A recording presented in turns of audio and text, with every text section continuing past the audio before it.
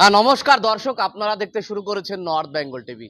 ক্যামেরায় সবুজের সঙ্গে আমরা এই মুহূর্তে উপস্থিত হয়েছি উত্তর দিনাজপুর জেলার এই চাকুলিয়া বিধানসভার এই চাকুলিয়া বাজার সংলগ্ন এলাকায়, যেখানে চাকুলিয়া বিধানসভার এসএসসিআর প্রার্থী কমরেড অবিদুল্লাহ উনি বাড়ি বাড়ি অর্থাৎ সাধারণ মানুষের সঙ্গে জনসংযোগ করছেন এবং সেই চিত্রে তুলে ধরবো। আপনারা জানেন আগামী 23 তারিখ অর্থাৎ উত্তর দিনাজপুর সহ উত্তর দিনাজপুরের বিভিন্ন যে বিধানসভা রয়েছে সেই বিধানসভাগুলোতে ভোট রয়েছে এবং সমস্ত দলই তাদের রাজনৈতিক যে কর্মসূচি সেই কর্মসূচিগুলো নিচ্ছে। সেই মতো এসএসসিআর যিনি চাকুলিয়া বিধানসভার প্রার্থী রয়েছেন ওনার কাছ থেকে বিস্তারিত জানবো, ওনাদের এই যে জনসংযোগ কতটা ওনারা মানুষের স্বতঃস্ফূর্ত উৎসাহ পাচ্ছেন সেই বিষয়ে বিস্তারিত আলোচনা করব। বলছি দাদা, আজকে আপনাদের এই চাকুলিয়া বিধানসভায় আপনাদের এসএসসিআর আপনি প্রার্থী এবং আপনারা জনসংযোগ করছেন এই বাজারে, কি বলবেন দাদা? আমরা মনে করছি যথার্থ বামপন্থী দল হিসাবে এসইউসিআই দল জনগণের জ্বলন্ত বিভিন্ন সমস্যা, কৃষকদের ফসলের ন্যায্য দাম, বিড়ি শ্রমিকদের ন্যায্য মজুরি এবং সারের কালাবাজারি, বিদ্যুতের অস্বাভাবিক মূল্যবৃদ্ধি, শিক্ষাকে বেসরকারিকরণ করে দিচ্ছে তার প্রতিবাদে এবং স্বাস্থ্যকে বেসরকারিকরণ করে দিচ্ছে। এই জনগণের জ্বলন্ত সমস্যাগুলো নিয়ে এসইউসিআই লাগাতার আন্দোলন করছে।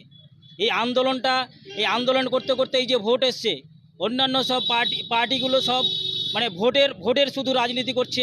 জনগণের কোনো জ্বলন্ত সমস্যার কোনো আলোচনা নেই। আজকে ধর্মের রাজনীতিতে পরিণত হয়েছে। আমাদের দল একমাত্র এসইউসিআই দল জনগণের এই বামপন্থী যথার্থ বামপন্থী দল জনগণের সমস্যা নিয়ে আন্দোলনটা করছে। এই জন্য আমরা মনে করছি জনগণের কাছে আমরা যাচ্ছি যে আমরা যে সারা বছর জনগণের বিভিন্ন সমস্যা নিয়ে যে আন্দোলনটা করছি তা আমাদের যথার্থ মানে এই ভোট পাওয়ার অধিকার আমাদের একমাত্র আছে।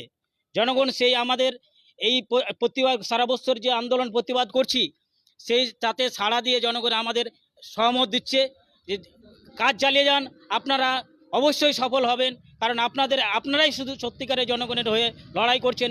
এরা তো শুধু ভোটবাজি করছে এবং ভোটের সময় টাকা বিলি করে মানুষকে ভুল পথে পরিচালিত করছে। এসইউসিআই একমাত্র সমস্ত জনগণ আমাদের পাশে আসছে, এই আশ্বাস দিচ্ছে। এবং আমরা আরও দাবি তুলেছি যে এতদিন হয়ে গেল আমাদের চাকুলিয়া বিধানসভায় কোনো কলেজ নেই। আমরা কলেজ স্থাপনের দাবিতে এবং প্রত্যেকটা এখন মানুষকে ডেলিভারি হওয়ার জন্য শাসক দল বলছে জমির কারণে এখানে কলেজ হচ্ছে না, কি বলবেন? কি জমির যদি কোনো প্রতিষ্ঠান করতে যায় জমির কোনোদিন অভাব হয়নি। জনগণ অনেক জমি দিতে চায়, জমির কোনোদিন অভাব হয় না, কিন্তু তাদের উদ্দেশ্যই নেই কলেজ করার, নাহলে অনেক দিন আগেই হতো। আমরা এর আন্দোলন ভোটের পরে আমরা দীর্ঘ আন্দোলন শুরু করব। কলেজ না হওয়া পর্যন্ত আমাদের দীর্ঘস্থায়ী আন্দোলন চলবে। ওনারা বলছেন আমরা সবকিছু করে রেখেছি, ইলেকশনের পরে সেটাই আমরা করে দেবো। ওরা প্রতিবারই বলে, অনেক দিন থেকে তো ভোট হচ্ছে, অনেক দিন তো কলেজে দাবি তোলা হয়েছে, অনেকবারই বলে, কিন্তু কাজ হয় না। ভোট